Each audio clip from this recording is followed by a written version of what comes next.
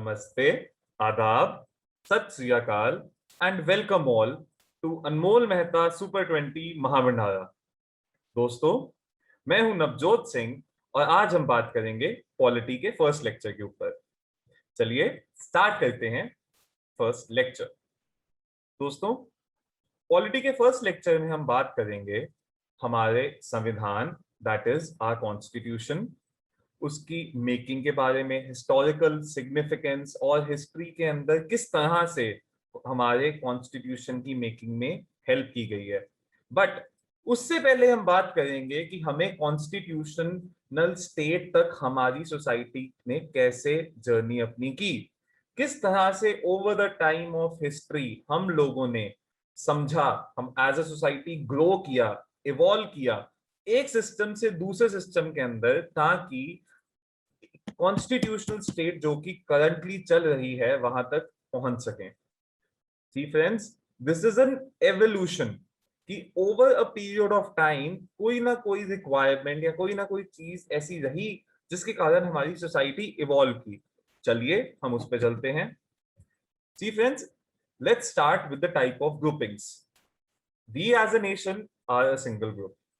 Now अब grouping तक, constitutional state की ग्रुपिंग तक, जो कि हमारा इंडिया है इस टाइम पे कॉन्स्टिट्यूशनल स्टेट, जो कि काफी ज्यादा कंट्रीज इस टाइम पे कॉन्स्टिट्यूशनल स्टेट्स हैं, I think almost all of them. But यहां तक की जर्नी एज अ सोसाइटी कैसे हुई उसके ऊपर हम बात करेंगे। See friends, this is an evolution. जैसे कि पहले आया band, then kinship, then clan, then tribe, then kingship, then state, and finally our own constitutional state. So let's start. सबसे पहले आप याद रखिए कि हम यहाँ पे मैन की ग्रुपिंग्स की बात कर रहे हैं। So we will start with simple hunters and gatherers. Now since hunting was the primary occupation, कि एक इंसान को सस्टेन करने के लिए क्या था, वो उस टाइम पे रहता था एज अ बैंड। कुछ ग्रुप ऑफ पीपल साथ में मिलकर रहते थे, साथ में हंटिंग करते थे, गैदरिंग करते थे, लेकिन फिर अपने अपने रास्ते चल पड़ते थे। किसी भी तरह की फैमिली ग्रुपिंग का उनके अंदर कोई एस्पेक्ट नहीं पाया गया। जैसे कि एबीसी, XYZ, PQR और मैं साथ में मिलकर हमने एक जगह पे हंटिंग की। हंटिंग करने के बाद हमने जंगल से जो जो इकट्ठा करना था उसको गैदर किया। उसके बाद अपने अपने रास्ते। अब यहाँ पे एक प्रॉब्लम थी बहुत बड़ी। जब एक बार मुझे पता है कि मैंने एक ग्रुप ऑफ पीपल के साथ हंटिंग कर ली और उसके बाद सब लोग अपने अपने रास्ते में चले गए, तो क्या पक्का था कि मुझे आगे जाके एक और ग्रुप मिलेगा? नहीं, इस चीज की अनसर्टेनिटी थी। अकेले मेरे साथ नहीं, एबीसी, XYZ और PQI के साथ भी सेम प्रॉब्लम थी। तो अब यहां से स्टार्ट हुआ हमारा फैमिली सिस्टम, जिसमें आता है किनशिप। फ्रेंड्स, किनशिप क्या है? Kinship is mainly our extended form of family. एक तो हो गया यूनिटरी फैमिली। यूनिटरी फैमिली के अंदर कब इंसान एक अलग डिफरेंट बैंड में पहले जाता था, वहां से हंटिंग करके वापस आ जाता था अपनी फैमिली के साथ। उसको नहीं पता कि नेक्स्ट टाइम उसको सेम इंसान बाद में मिलेंगे कि नहीं मिलेंगे। They used to disperse off. But now came kinship, जहां पे खुद के ही मेरा भाई, मेरे भतीजे, ब्रदर एंड नेफ्यू, उसके बच्चे, हम सब साथ में मिलकर हंटिंग एंड गैदरिंग करते थे। अब इससे फायदा क्या हुआ कि हमें अपना पता लग गया कि हम लोग किस तरह से किस जगह पे हंटिंग एंड गैदरिंग करेंगे, चाहे हम किसी भी जगह पे हो। The early man used to be always on the move for better animals to kill, hunt and then eat for resources, क्योंकि किसी भी तरह का कोई एग्रीकल्चर तो स्टार्ट हुआ नहीं था। सो प्राइमरीली यहाँ पे हंटिंग एंड गैदरिंग ही चलती थी। सो वहां से हम स्टार्ट होते हैं आगे की एक्सटेंडेड फैमिली से। यहाँ पे प्रॉब्लम क्या आने लग गई, हम लोग गिनती के ही चुनिंदा लोग होते हैं और हमको compete करना था with as hunters like tigers, with lions and with all other animals. So वहां से हमने स्टार्ट किया क्लैंस के अंदर रहना। क्लैंस के अंदर का बेसिकली मीनिंग है कि एक्सटेंडेड फैमिली के अंदर भी एक सिंगुलर, जिसको वो मानते थे एक सिंगुलर फोरफादर। जैसे कि हुड्डास जितने भी हैं उनका एक सिंगुलर फोरफादर होगा, चाहे हम लोग उनको उनको, उनके फोर फादर्स को नहीं ऐसे नेम कर सकते। कितनी ही जनरेशंस तक हम नेम कर ले, कितनी ही कोशिश कर ले, लेकिन बहुत मुश्किल है। बाजवा जैसे कि पंजाब के अंदर आ जाते हैं, उनका एक अपना क्लैन बन जाता था कि जिनका एक फोर फादर है, but extended families, that is different different kinships are there, but they have a singular family. Now यहाँ पे प्रॉब्लम क्या आने लग गई? यहाँ पे प्रॉब्लम आने लग गई वो वाली जिसके ऊपर हमने काफी एक फेमस गेम भी खेली हुई है, हम सब में से काफी लोगों ने, क्लैश, क्लैश ऑफ क्लैंस। यहाँ पे स्टार्ट हो गए different different clashes with in different different groups. एक जगह पर अगर एक एरिया ऑफ लैंड के अंदर कुछ लोग हैं जो क्लैंस बनकर जगह जगह घूम रहे हैं और सेम तरह के सेम चीजों के साथ compete कर रहे हैं, they are definitely doing it, so they came together, but when they came together it was called a tribe. Why did they come together? Why did the clans come together to become tribes? क्योंकि उन clans के आपस में clashes हो रहे थे कि मेरे खानदान का इंसान, मैं, मेरा हुड्डा भाई, मेरा बाजवा भाई अगर किसी और के साथ उनसे लड़ पड़ते थे किसी भी चीज के लिए या प्रॉब्लम्स के लिए, लेकिन समझ आने लग गई कि डिफरेंट डिफरेंट क्लैंस को क्लैश करने से बेटर है कि साथ में आकर रह लेते हैं। रहने का फायदा ये था कि सब लोग साथ में आकर जब ट्राइब्स रहती हैं तो उनका उस पर्टिकुलर एरिया पे इन्फ्लुएंस आता है। सिर्फ ये पॉलिटिकल, ये इकोनॉमिकल इन्फ्लुएंस की बात नहीं है, it is about the influence of survival. Remember, these people are mostly hunters and gatherers, और यहाँ पर जब ट्राइब्स आनी स्टार्ट हुई हैं तब एग्रीकल्चर की स्टार्टिंग हुई है, द स्टार्टिंग ऑफ एग्रीकल्चर। अभी अपने प्राइमरीली मेच्योर फॉर्म में नहीं पहुंचा agriculture, but it has just started. So tribes जैसे कि जाट, आज हम उनको कम्युनिटी मान लेते हैं, आज हम उनको एक कास्ट मान लेते हैं, बट वो किसी टाइम पे जट, जाट, ठाकुर या फिर अलग अलग काफी ज्यादा जो हमारे यहाँ पे कास्ट एंड सब कास्ट हैं, वो किसी टाइम पे ट्राइब्स थी।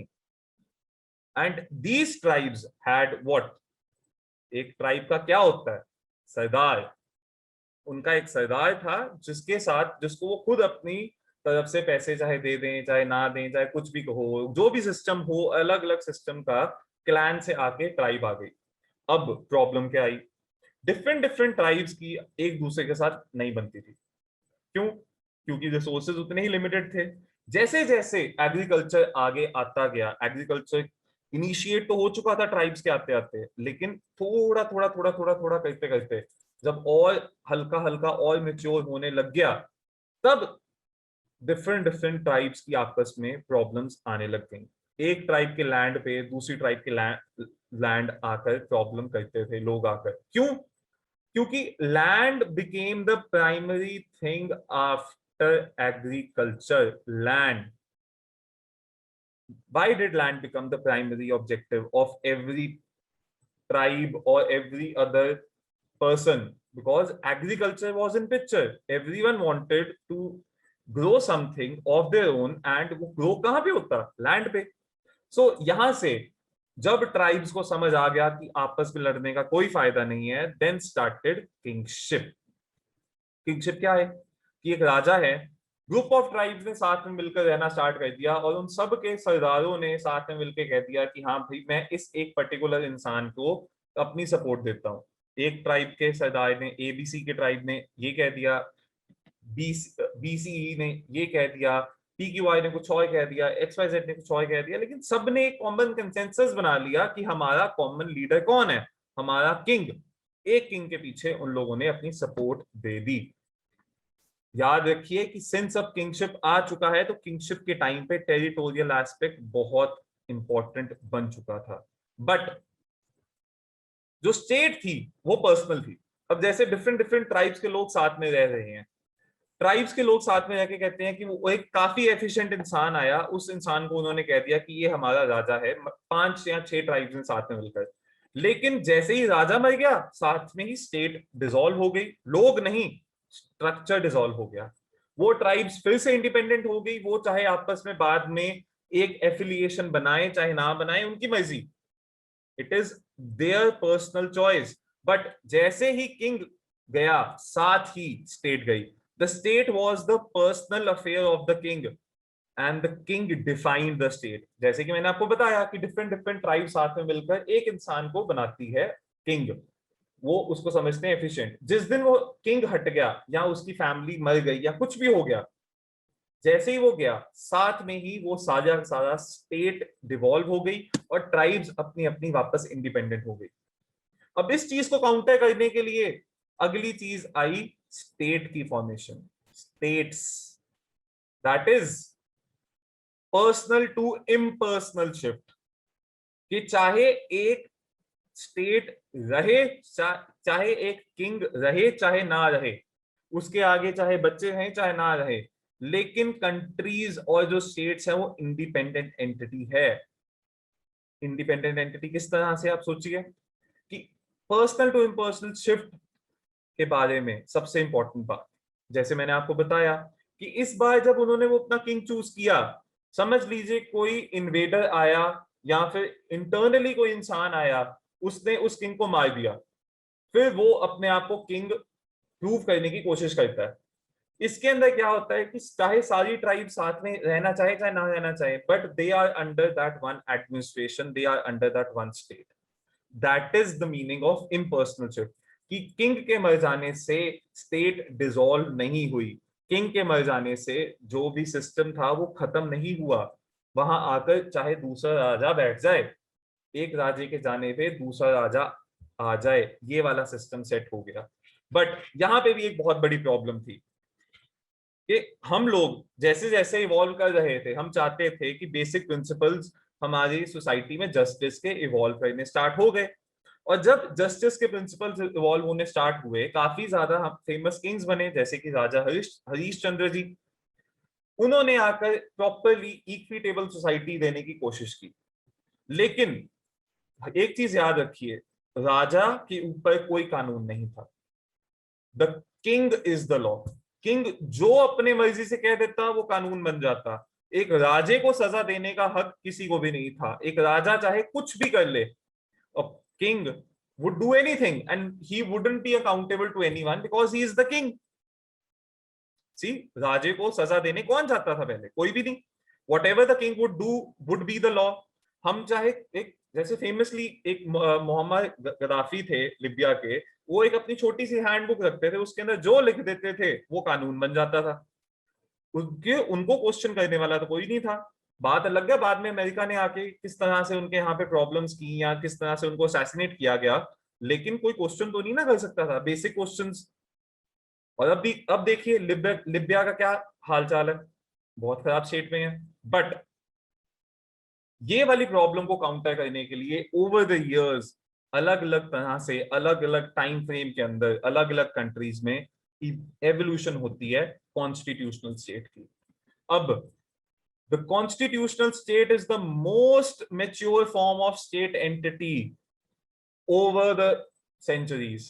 हमारी सोसाइटी में जब से एक स्टेट की फॉर्मेशन या जब से ग्रुपिंग्स की फॉर्मेशन स्टार्ट हुई है, कॉन्स्टिट्यूशनल स्टेट सबसे ज्यादा मेच्योर फॉर्म में है। क्यों, किस लिए? यहां पे the law is the king, law precedes the king, lex rex, no one is above the law and everyone is under the ambit of law। मतलब कि अगर किंग भी चाहे, अगर वो कुछ गलत काम करे, जो कानून बन चुका है उस कानून के अंतर्गत वो भी उतना ही लायबल होगा। उसको, किंग को चाहे थोड़े ज्यादा राइट्स मिल जाएंगे, लेकिन अगर किंग जाके मर्डर करेगा तो वो लायबल होगा। हमारी कंट्री में ऐसे लॉज हैं। अब यहाँ पे किंग, जैसे king in the true sense king नहीं, जैसे कि whosoever is in power, whosoever is running the country, whosoever is the head of administration, we consider that person the king, correct? Yes. So हम उस इंसान को king मानकर मान लिया, बट क्या वो इंसान कानून के ऊपर होगा? जी नहीं। मेरे को जो कानून लागू होता है वो सेम कानून आप लोगों को लागू होता है, वो सेम कानून हमारे अपने स्टेट के चीफ मिनिस्टर साहब को लागू होता है, और वो सेम कानून हमारे प्रधानमंत्री जी को भी लागू होता है। सेम कानून। The constitution, the grand norm which is our law, सबसे ऊपर वो है, उसके नीचे सब आते हैं, उसकी एम्बिट के नीचे ही सब हैं। Everyone has their own limitations under the law, I can't go out and murder random people. No, it is against the law. And neither can Modi ji go out and murder anyone on the street. It is completely against the law. Hence, our honorable Prime Minister, you guys and me are under the same ambit of law. So, ये ambit of law का best example आपको समझा देता हूं. हमने recently emergency की एक जो दुखद घटना मानी जाती है हमारे देश में, जो कॉन्स्टिट्यूशनल फेलियर माना जाता है काफी हद तक, इमरजेंसी के बारे में सुना. बट वो क्या कॉन्स्टिट्यूशनल फेलियर था? नहीं. I'll give you an example. What most of you don't know is Indira Gandhi ji's election was judged, adjudicated as unconstitutional and completely biased by the Allahabad High Court, because it is alleged and then later proven that she used government machinery to help herself in election. कि सरकारी मुलाजिमों को के help से वो उन्होंने election जीता. जब उन्होंने इलेक्शन जीता वो हार गए, उसके थ्रू वहां से सारा कैस्केडिंग इफेक्ट हुआ और फाइनली इमरजेंसी लग गई. लेकिन याद रखिए, ये चीज समझ लीजिए कि जो प्रधानमंत्री ने इलेक्ट हो चुका है, the king has been elected, even that was contested, which proves that we are under a constitutional state. Even the prime minister of the country was held liable for that and then penalized accordingly. अब चलते हैं हम आगे. अब आप समझे मेरी बात कि हमें कॉन्स्टिट्यूशनल स्टेट क्यों चाहिए? क्योंकि डिफरेंट एवोल्यूशन के बाद हमें जो सोसाइटी में प्रॉब्लम्स दिखी, जैसे कि हम पहले अकेले रहते थे, फिर किनशिप में आए, फिर जैसे जैसे we started to unify more and more from kinship to clan, then clan to tribes, and then tribes to states, and then kingship. See, unification kingship तो हुई, बट उसके बाद इशू क्या आ गया कि किंग के जाते ही सब खत्म हो जाता था. देन ऐसे आगे चलते चलते चलते हमने जो प्रॉब्लम्स थी उसको इनकाउंटर करके कॉन्स्टिट्यूशनल स्टेट बना ली, ताकि सब लोग कानून के दायरे के नीचे आ जाएं. अब चलते हैं हम आगे. संविधान हमें क्यों जरूरी है और संविधान क्या काम करता है? Why do we need constitution and what kind of work does the constitution do? In simple words, constitution and constitutionalism, that is what the constitution do. Now, there are certain important terms: the constitutional law, constitutional document, constitutional convention and constitutionalism. इस सब का समझाने का एक ही meaning है, एक ही M है कि कॉन्स्टिट्यूशन आखिर करता क्या है, कॉन्स्टिट्यूशन आखिर में है क्या. let's get ourselves acquainted with it. The constitutional law भाई साहब है क्या? सबसे पहले तो याद रखिए, जो हमारे दिमाग में परसेप्शंस है कॉन्स्टिट्यूशन लॉ के, वो काफी ज्यादा लिमिटेड है, काफी ज्यादा. But in the true sense constitutional law बहुत ज्यादा ब्रॉड है. It is a very broad term. याद रखिए, it includes both written and unwritten constitutions. मतलब कि इंडिया, यूएस और इंग्लैंड का, जैसे कि अनरिटन कॉन्स्टिट्यूशन है इंग्लैंड का, जहां पे कोई एक प्रॉपर डॉक्यूमेंट नहीं है, कोई एक प्रॉपर किताब नहीं है जो उनकी किसी असेंबली ने साथ में मिलकर कह दी थी. जैसे कि हमारे यहाँ पे कॉन्स्टिट्यूएंट असेंबली, और जैसे अमेरिका के अंदर उनके फ्रीडम फाइटर्स ने अपनी जब साथ में सारा सिस्टम किया, अपना कॉन्स्टिट्यूशन लिखा, वो डिफरेंट है, written and unwritten, but it comes under the term of constitutional law. Why is it? Simple answer is कि संविधान चाहे लिखा हो चाहे ना लिखा हो, लेकिन संविधान से ही हम सब अपनी ताकत लेते हैं. जैसे कि हम अपने राइट्स, गवर्नमेंट अपनी पावर्स, गवर्नमेंट को रुकने का तरीका कि भाई साहब ये मेरा हक है, इस हक के ऊपर कोई नहीं आ सकता, my fundamental rights. Unwritten constitution जैसे कि इंग्लैंड में है, कंपाइलेशन ऑफ डॉक्यूमेंट्स है. कंपाइलेशन ऑफ डॉक्यूमेंट्स किस तरह से कि उनके पार्लियामेंट ने जो पास कर दिया उसको वो कॉन्स्टिट्यूशन मान लेते हैं, वो लिख देते हैं कि हाँ जी this is the constitutional law we are going to pass. वो कंपाइलेशन ऑफ डिफरेंट छोटे छोटे लॉज को साथ में मिलाकर उन लोगों ने कॉन्स्टिट्यूशन अपना डिक्लेयर किया हुआ है, that they have that constitution. Then याद रखिए कि कॉन्स्टिट्यूशनल लॉ के अंदर decisions of the court of law भी आएगा. जैसे कि हमारे यहाँ पे सुप्रीम कोर्ट जो बोल देता है, सुप्रीम कोर्ट की जो जजमेंट होती है वो कानून बन जाता है. जैसे कि बेस्ट एग्जांपल, हमारा जो बेसिक स्ट्रक्चर का डॉक्ट्राइन है वो सुप्रीम कोर्ट में केशवानंदा भारती केस के अंडर दिया गया था. हम या इस चीज को पढ़ सकते हैं। अपनी जो हमारी सबसे इंपॉर्टेंट हमारी बुक है पॉलिटी की, लक्ष्मीकांत जी की, वो बेसिक स्ट्रक्चर का जो डॉक्ट्राइन है वो सुप्रीम कोर्ट ने दिया था। बट वो सुप्रीम कोर्ट का दिया हुआ डॉक्ट्राइन हमारे कॉन्स्टिट्यूशन को सिर्फ डिफाइन ही नहीं करता, वो हमारा कॉन्स्टिट्यूशन को समझने में हेल्प करता है, वो हमारे कॉन्स्टिट्यूशन की इम्प्लीमेंटेशन में हेल्प करता है। यहाँ तक कि सुप्रीम कोर्ट जो एक लॉ बना देती है वो राइट भी कॉन्स्टिट्यूशनल लॉ माना जाता है। This is constitutional law. And then comes multiple things. It includes the reports of committees and commissions and so much more. It all includes in the constitutional law. अगर किसी committee की report को constitutional banking मिल गई या supreme court ने उसको back कर दिया तो वो कानून बन जाता है and it becomes the constitutional law. Remember, constitutional law is a very broad term. now we come to the relatively narrower term than constitutional law, the constitutional document, जैसे कि हमारा है, it is a written document which has been passed by the constituent assembly. ये क्या define करता है constitutional document? It contains the basic fundamental dynamic document. It is the basic and the most fundamental dynamic document. How is it dynamic? Because it includes multiple literatures and it includes multiple aspects and it covers multiple issues and topics. It talks about organizations, it talks about power, it talks about functions of the institutions. जैसे कि हमारे यहाँ पे election commission, उनके functions क्या होंगे वो लिखे हुए हैं। सुप्रीम कोर्ट के पास पावर्स कहां से आएंगी वो लिखा हुआ है। ऑर्गेनाइजेशंस कौन कौन सी होंगी वो दी हुई हैं कॉन्स्टिट्यूशनल डॉक्यूमेंट के अंदर।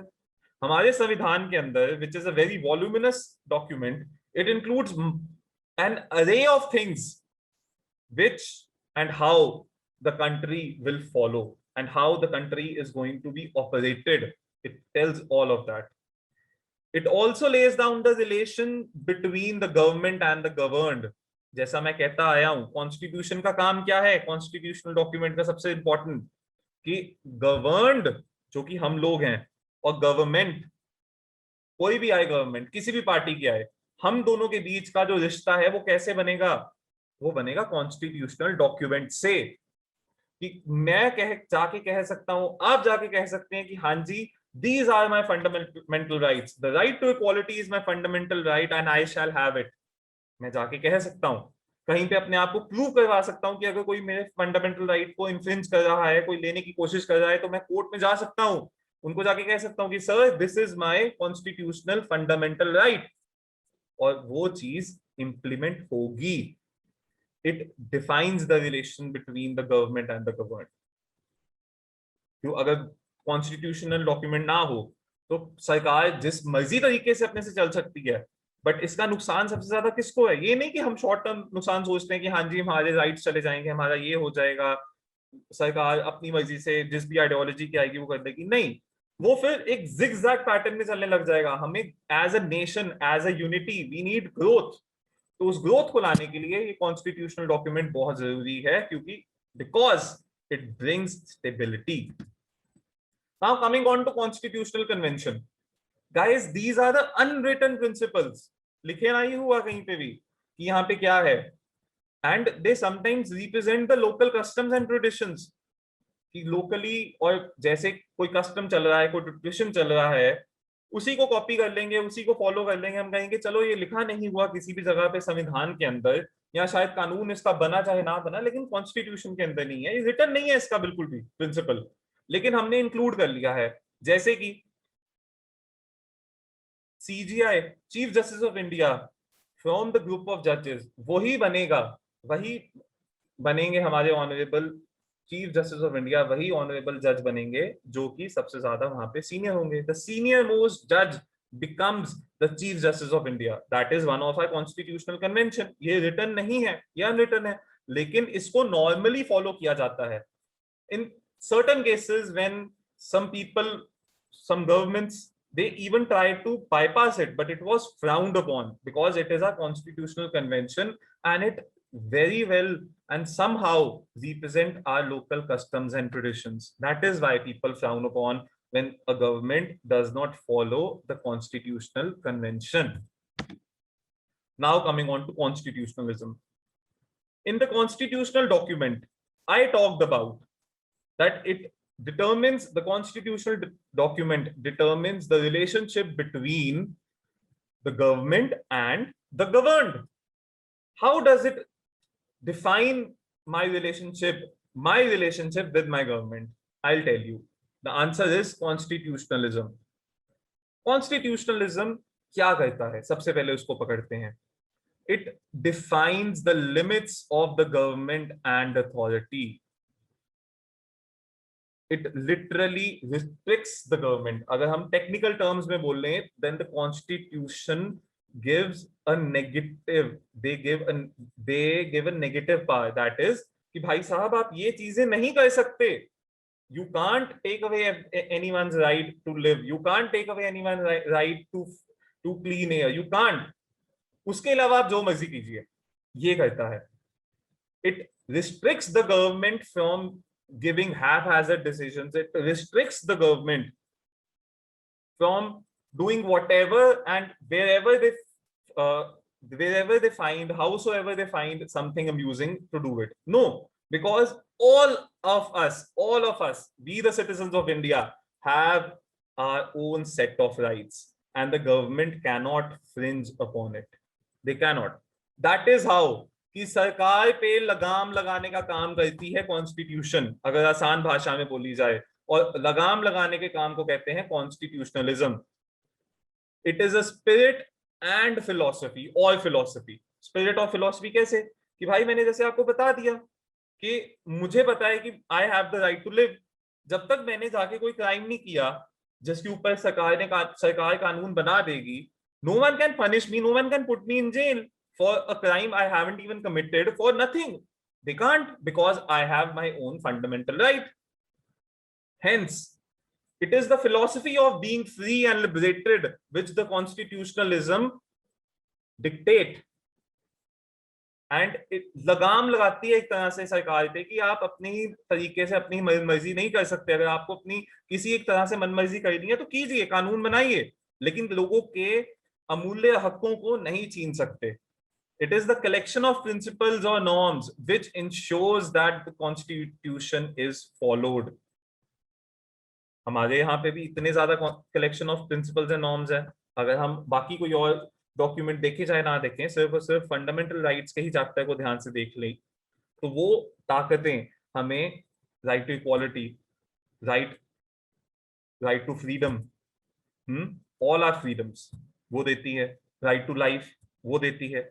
वो प्रिंसिपल्स हैं, नॉर्म्स हैं, and it ensures that the constitution is followed. The government can not take away my right to life. No one can. Only God can. Until I do something wrong in the society, if I go out and literally commit 1,000 crimes, then the system will, the law will punish me. The system will punish me. Either they will put me in jail, or या फिर मुझे फांसी ही दे देते हैं. वो system करेगा. Government अपनी मर्जी से नहीं कर सकती. वो कानून बना सकती है, और कानून को कौन इंप्लीमेंट करेगा? System. This is constitutionalism.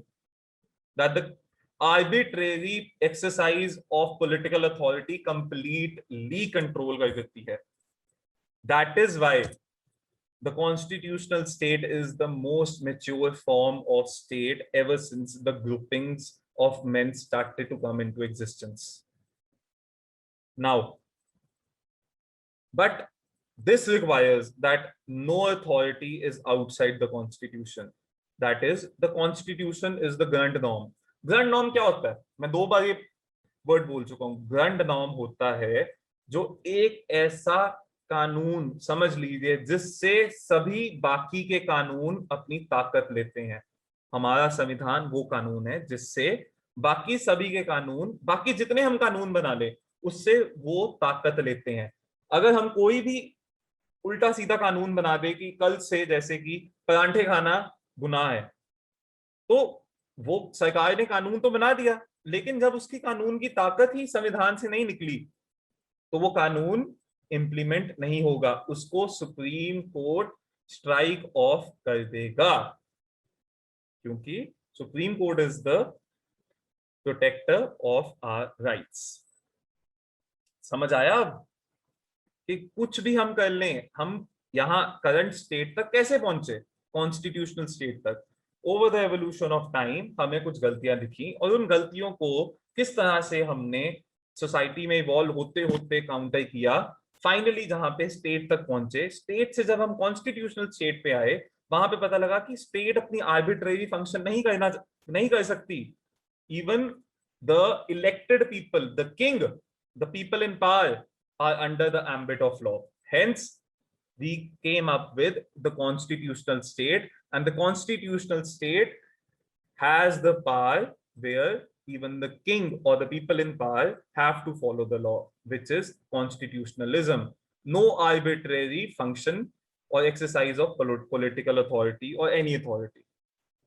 Now, moving ahead. अब आते हैं हम हिस्टोरिकल बैकग्राउंड पे। हमने पता तो लगा लिया कि किस तरह से हम यहाँ तक पहुंचे, लेकिन हमने अपने संविधान के अंदर इतने ज्यादा डिफरेंट डिफरेंट तरह के राइट्स क्यों डाले? हमारे यहाँ पे राइट टू इक्वालिटी क्यों है? हमारे यहाँ पर राइट टू लाइफ क्यों है? उसके अंदर बेसिकली कुछ हिस्टोरिकल लीगल फ्रेमवर्क्स थे जो कि ब्रिटिश इंडिया में ब्रिटिश ने इंप्लीमेंट करने स्टार्ट कर दिए थे। they laid down for organization and functioning. The British, after conquering Bengal and some areas of the country, they thought कि हम क्यों डिफरेंट तरीके से अपने फ्रेमवर्क को चलाएं, क्यों अलग अलग तरीके से भारत के अलग अलग हिस्सों के अंदर सरकार चले। सबको एक सिंगल स्ट्रक्चर में लाना जरूरी था, ऑर्गेनाइजेशन में लाना जरूरी था, हायरार्की ऑफ पावर में आना जरूरी था। तो अंग्रेजों ने ये सिस्टम स्टार्ट किए थे। Now these legal frameworks have greatly influenced our present day constitution and polity. How have they influenced it? किस तरह से कि इनके अंदर हिस्टोरिकली जो सिग्निफिकेंट लीगल फ्रेमवर्क्स हैं, जो एक्ट्स हैं, जो रेगुलेशन है, उनके जितने अच्छी अच्छी चीजें हैं ना, उसको हमने अपने कॉन्स्टिट्यूशन में डाली हुई है। आइए देखते हैं किस तरह। Now, these are all the acts which are significant and important as to the historical background of our constitution. Regulating Act, Pitt's India Act, and so on. But इसके बीच में ना एक थोड़ी सी डिवीजन है जो आती है exactly यहाँ पे कि गवर्नमेंट ऑफ इंडिया एक्ट 1958 से पहले था कंपनी, ईस्ट इंडिया कंपनी का rule. East India company rule करती थी। गवर्नमेंट ऑफ इंडिया एक्ट के बाद डायरेक्टली ब्रिटिश क्राउन हम पे रूल करता था कि ब्रिटिश क्वीन, जो उस टाइम पे क्वीन विक्टोरिया थे, वो क्वीन ऑफ इंडिया भी बन गए थे। ऐसा क्यों हुआ था? इसका सबसे सिंपल आंसर है द रिवोल्ट ऑफ 1857। विद्रोह हुआ था, म्यूटिनी हुई थी हमारे यहाँ पे, ब्रिटिश आर्मी के लोगों ने ही की थी। वो हिस्टोरिकली हिस्ट्री के अंदर आप आराम से पढ़ चुके होंगे। हमारे कॉमन आजकल टीवी पे भी इतने ज्यादा शोज आते हैं, हम मूवीज इतनी ज्यादा आती हैं द रिवोल्ट ऑफ 1857 को सिग्निफाई करते हुए।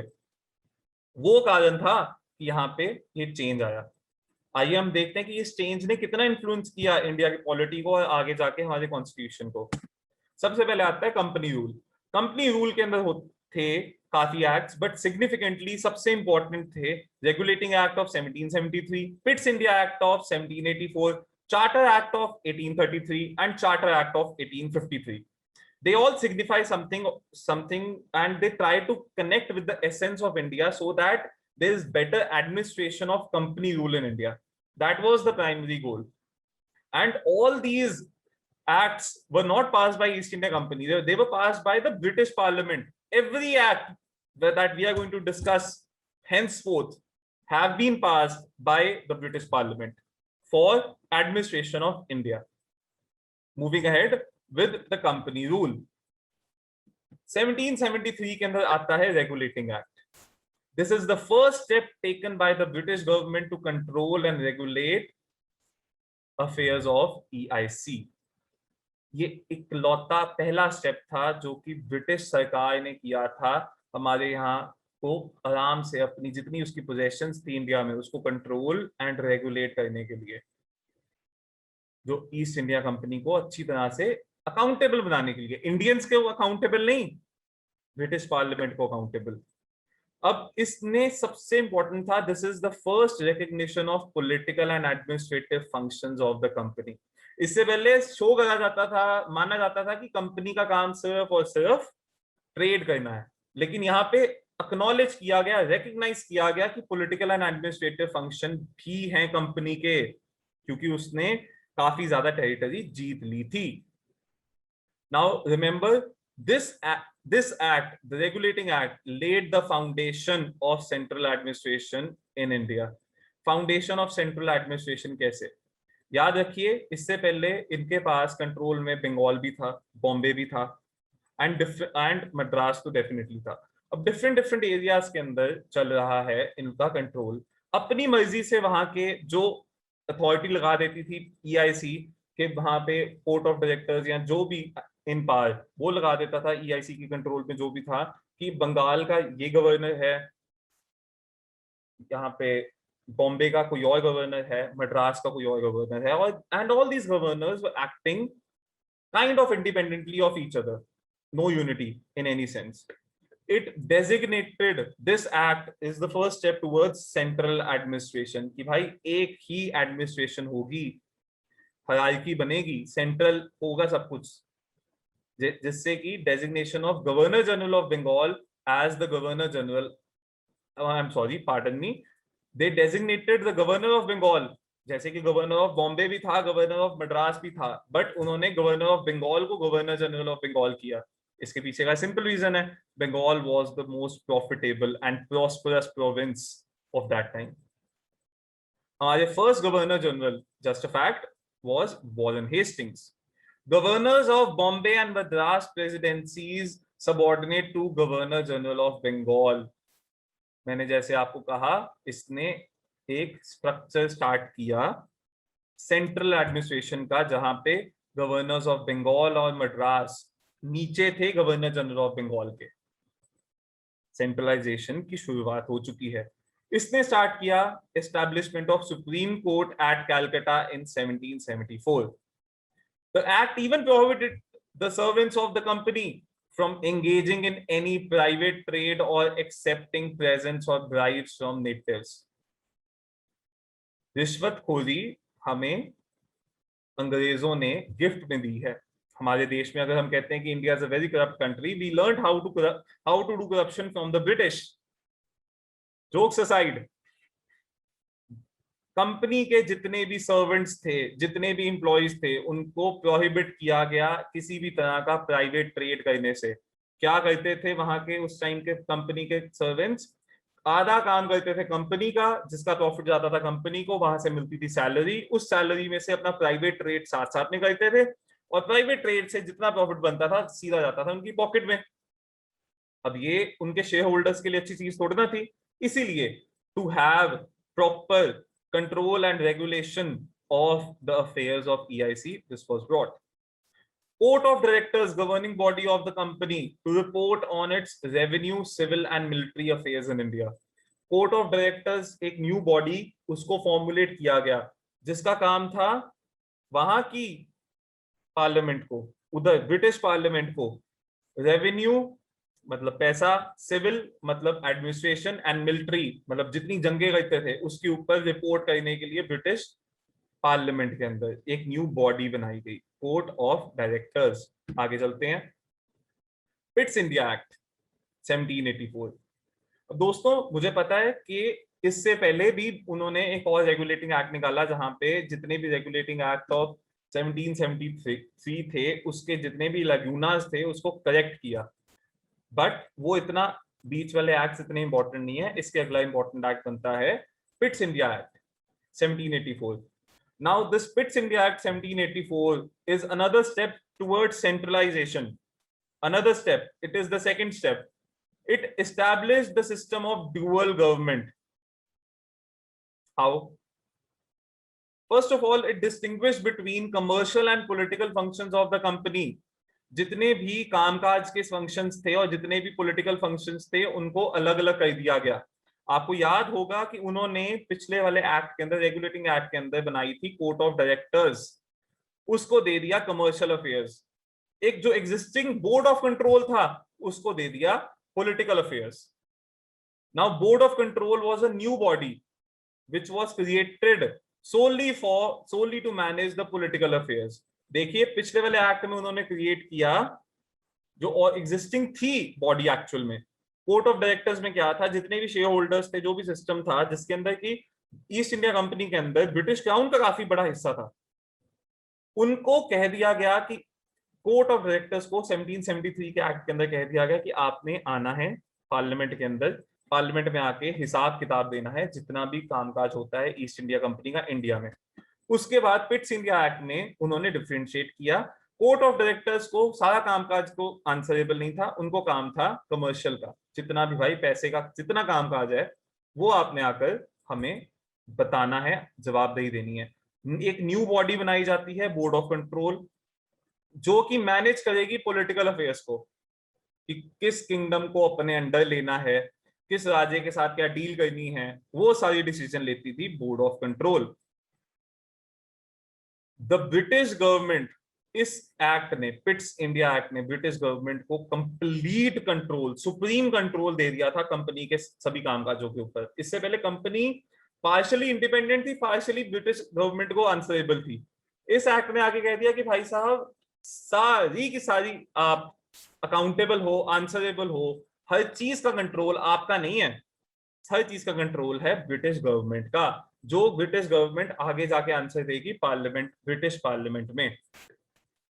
अब बोर्ड ऑफ कंट्रोल को एक और पावर दी गई है, empowered to supervise and direct all operations of civil and military government or revenues of British possessions in India. Now, after the British government is given complete control, board of control जो new body formulate की गई थी, उसको क्या कहा गया था करने के लिए, उसको दिए गए थे पॉलिटिकल अफेयर्स को रेगुलेट करना एंड पॉलिटिकल अफेयर्स पे आंसरेबल होना। अब पॉलिटिकल अफेयर्स में क्या क्या आता है, सिविल काम भी आते हैं, पॉलिटिकली हमें प्रॉपर्ली गवर्न होना होता है, गवर्न करना होता है, साथ में मिलिट्री के भी काम आते हैं कि किसके साथ कौन सी वॉर लगी, it is all politics, it is all political affair, hence the board of control was empowered. ये थोड़ा सा डिराइव होता है, चाहे इसी पॉइंट से ये वाला पॉइंट डिराइव होता है, लेकिन मैंने स्पेसिफिकली दे दिया।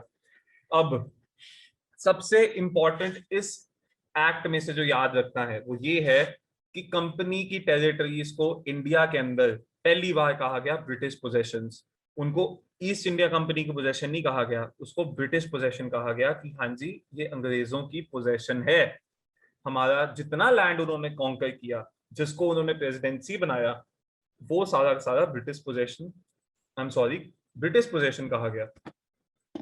अब आता है चार्टर एक्ट ऑफ 1833। अब यहां पे आकर जहां पे सबसे पहले रेगुलेटिंग एक्ट के अंदर कहा गया था कि governor of Bombay, governor of Madras is subordinate to governor general of Bengal, यहां पे उसका नामकरण भी कर दिया गया, जो गवर्नर जनरल ऑफ बंगाल था उसको गवर्नर जनरल ऑफ इंडिया कह दिया गया। सारी की सारी ताकतें सिविल और मिलिट्री इसको दे दी गई, ये करता था हर चीज को मैनेज।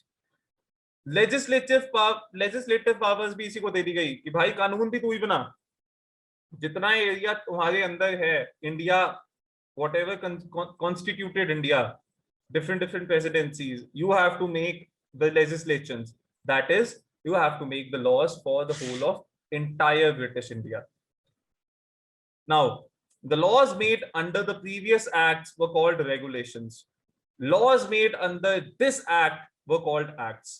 See friends, थोड़ा सा फॉर्मलाइजेशन की तरफ जा रहे हैं कि पहले हम सिर्फ रेगुलेट करते थे कि हाँ जी रेगुलेशन ये है, रेगुलेशन वो है, अब आ गए हैं एक्ट्स पे कि अब गवर्नर जनरल जो भी बनाएगा वो कानून होगा, एक्ट होगा, स्टैट्यूटरी लॉ होगा, thus creating a government of India having authority over entire area. Centralization हुई है, एक सरकार बनी है, सरकार किसके अंडर बनी है, कौन है हमारे यहाँ का, गवर्नर जनरल ऑफ इंडिया, उस इंसान को सारी सिविल सारी मिलिट्री ताकतें दे दी, वही इंसान कानून बनाएगा, एक इंसान पूरे इंडिया का कानून बनाएगा वो, और उसके साथ अगर साथ में असेंबली दे दो, कुछ दे दो, जैसे मर्जी कर लो, वो बनाएगा कानून। सिंस अब एक सिंगल इंसान को दे दिया तो उसको साथ हमारी बन गई government of India. First governor general of India was Lord William Benedict. अब इस वाले एक्ट ने बॉम्बे और मद्रास से और ज्यादा ताकतें छीन ली और सारी ताकतें किसको दे दी? गवर्नर जनरल ऑफ इंडिया को, कि वो कानून बनाएगा पूरे हिंदुस्तान के लिए। आप लोग सिर्फ इंप्लीमेंट करोगे। कुछ ताकतें चाहे छोड़ दी गई हो कहीं से किसी जगह, लेकिन सारी ताकत दे दी गई गवर्नर जनरल ऑफ इंडिया को। अब इस एक्ट ने एक और महान काम कर दिया, वो ये था कि ईस्ट इंडिया कंपनी जो मेनली ट्रेड करने आई थी इंडिया के अंदर, वो उनकी कमर्शियल एक्टिविटीज वो एज अ कमर्शियल बॉडी ही खत्म हो गई। It ended the activities of East India Company as a commercial body. Company's territories in India were held in trust of His Majesty, his heirs and successors. मतलब कि ये लोग east India company की तरह से ट्रस्टी बन गई। East India company का कोई कमर्शियल काम नहीं था, कमर्शियल काम कोई भी नहीं था, वो सिर्फ और सिर्फ एडमिनिस्ट्रेशन कर दी थी। एडमिनिस्ट्रेशन किसके नाम पे और किस तरह पे, किसके ट्रस्ट के अंदर? इंग्लैंड के किंग के लिए, ब्रिटेन के किंग के नाम पर, interest of his majesty, his heirs and successors. Now ये एक्ट ना काफी काफी काफी जगह पे चाहे सेंट्रलाइजेशन की तरफ जा रहा था, लेकिन लिबरल भी था काफी हद तक। It attempted to introduce a system of open competition for selection of civil servants. IAS की बात 1833 में कर दी गई थी, जहां पे हिंदुस्तानियों को भी बार नहीं किया जा रहा था किसी भी तरह की ऑफिस को होल्ड करने में, किसी भी जगह पे जाने में, या किसी भी तरह की एम्प्लॉयमेंट को करने में। बट ये वाला प्रोविजन निगेट किसने किया? कोर्ट ऑफ डायरेक्टर्स ने। उन्होंने कहा भाई साहब ये नहीं पॉसिबल हो सकता। उनके मन में कोई डर होगा, इंडियंस में थोड़े बहुत जलवे दिखाने स्टार्ट कर दिए होंगे। जलवा किस तरह से कि अगर इंडियंस को सिखा दोगे कि किस तरह से सरकार चलानी है, किस तरह से, सरकार भी छोड़ो कि किस तरह से एडमिनिस्ट्रेशन चलती है, तो उनको डर लग गया, जो कि रियलिटी है। हमें जैसे जैसे एडमिनिस्ट्रेशन की ज्यादा समझ लगती गई है, हम ज्यादा ज्यादा सेल्फ इंडिपेंडेंट होते गए। ये हम आगे देखेंगे। अगला आता है चार्टर एक्ट ऑफ 1853। इस एक्ट के अंदर वैसे तो फैक्चुअल चीजें काफी ज्यादा है कि separate legislative and executive functions of governor general council, कि गवर्नर जनरल ऑफ इंडिया बना दिया गया, ठीक है, जो कि गवर्नर जनरल ऑफ बंगाल था पहले, उसको अलग अलग उसकी काउंसिल्स बना दी, जहां पे उसकी लेजिस्लेटिव काउंसिल जो कानून बनाती है वो अलग है, कानून बनाने वाले लोग अलग हैं, और कानून को इंप्लीमेंट करने वाले लोग अलग अलग हैं। जो कानून बनाने वाले लोग हैं उनको कह दिया गया लेजिस्लेटिव काउंसिलर्स। वो कितने थे? 6 मेंबर्स।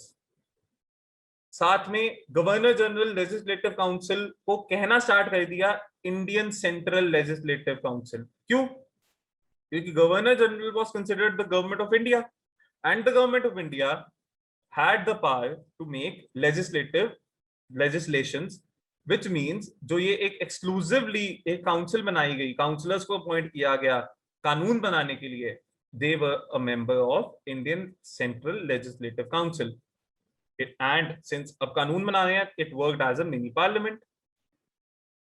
पिछले वाले एक्ट में जो अनसक्सेसफुल हुए थे बनाने में ओपन कंपटीशन सिस्टम को, वो इस एक्ट के अंदर इन्होंने इंप्लीमेंट करने की पूरी कोशिश की।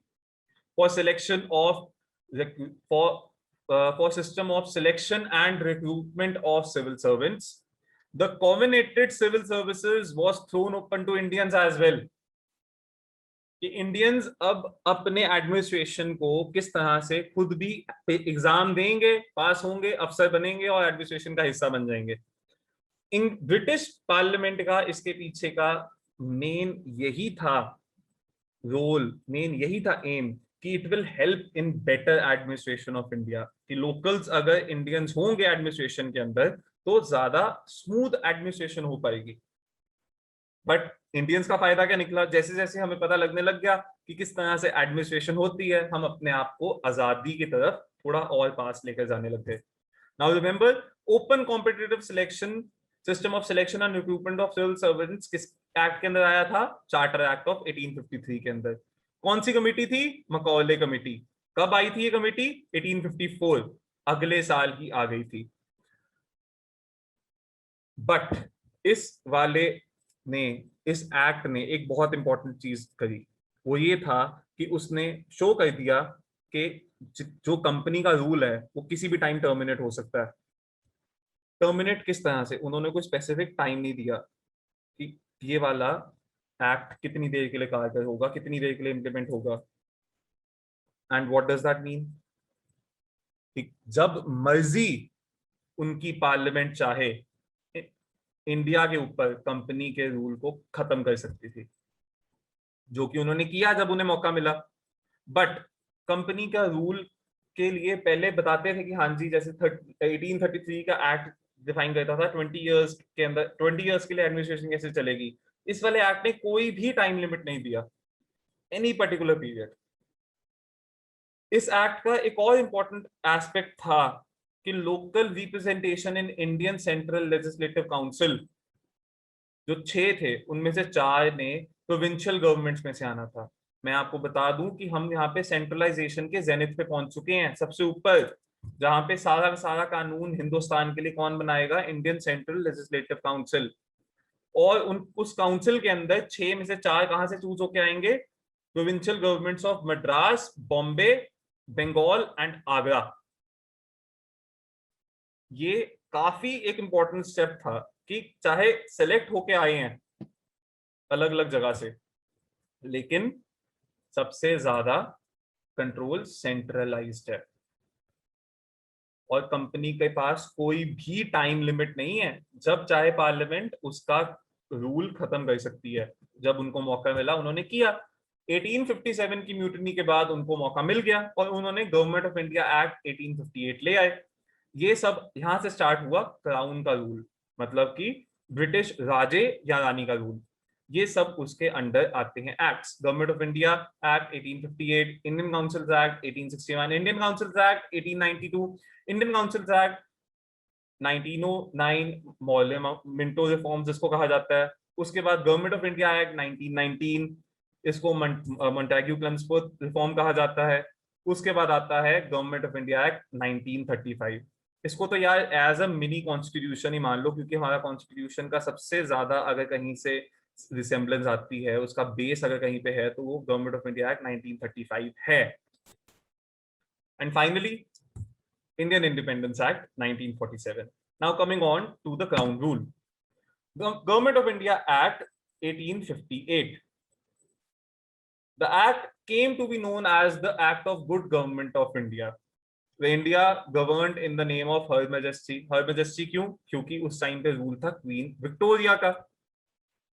जो डेजिग्नेशन था गवर्नर जनरल ऑफ इंडिया का, उसको बदल के कह दिया गया वाइस रॉय।